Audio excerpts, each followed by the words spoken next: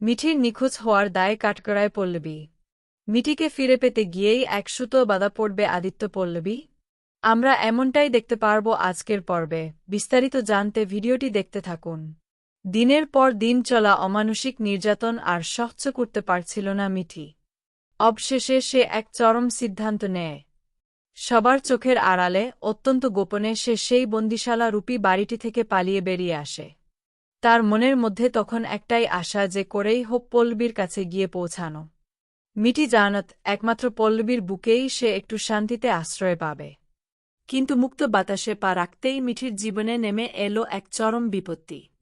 সে কিছু বুঝে ওঠার আগেই হঠাৎ একটা চলন্ত গাড়ি তার একদম সামনে চলে আসে।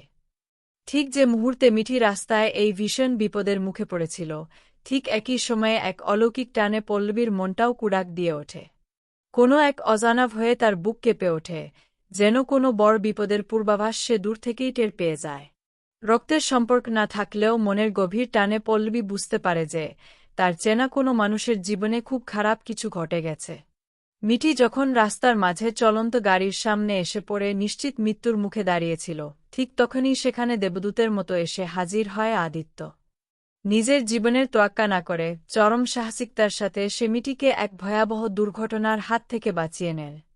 মারাত্মক ভয় পেয়ে মিঠি তখন শুধু পল্লবীর কাছে যাওয়ার জন্য ব্যাকুল হয়ে কান্নাকাটি করতে থাকে। আদিত্যর কাছে পল্লবীর পরিচয় সম্পূর্ণ অজানা হলেও মিঠির এই অসহায় অবস্থা দেখে সে তাকে সাহায্য করতে এগিয়ে আসে। মিঠির কথামতো আদিত্য নিজের ফোন থেকে পল্লবীকে ফোন করে। ওপাশে পল্লবীর গলা পেয়ে মিঠি কান্নায় ভেঙে পড়ে। মিঠির এই অবস্থা শুনে পল্লবীও অস্থির হয়ে ওঠে। সে তখন না জেনেই আদিত্যকে অনুরোধ করে মিঠিকে যেন ভালো করে পেট ভরে কিছু খাইয়ে দেওয়া হয়। সেই সাথে পল্লবী জানায় যে সে একটি ঠিকানা পাঠাচ্ছে, আদিত্য যেন মিঠিকে নিয়ে সেখানে চলে আসে। পল্লবীর কথা মতো আদিত্য দায়িত্ব নিয়ে মিঠিকে খাওয়াতে নিয়ে যায়। এদিকে পল্লবী যখন মিঠির কাছে পৌঁছানোর জন্য ছটফট করছিল, ঠিক তখনই সেখানে এসে হাজির হয় সুপর্ণা ও সানি। তারা জোর করে পল্লবীকে টানতে টানতে বাড়ি নিয়ে যায়। স্বাভাবিকভাবেই বাড়িতে ফিরে মিঠিকে না দেখতে পেয়ে সুপর্ণা রাগে ফেটে পড়ে। মিঠি যে বাড়ি থেকে পালিয়ে গেছে সে কথা বুঝতে পেরে সুপর্ণা সব দোষ পল্লবীর ঘাড়ে চাপিয়ে দেয় এবং তাকে নির্মমভাবে দোষারোপ করতে শুরু করে। ওদিকে ফের আবারও কাছাকাছি আসে আদিত্য পল্লবী।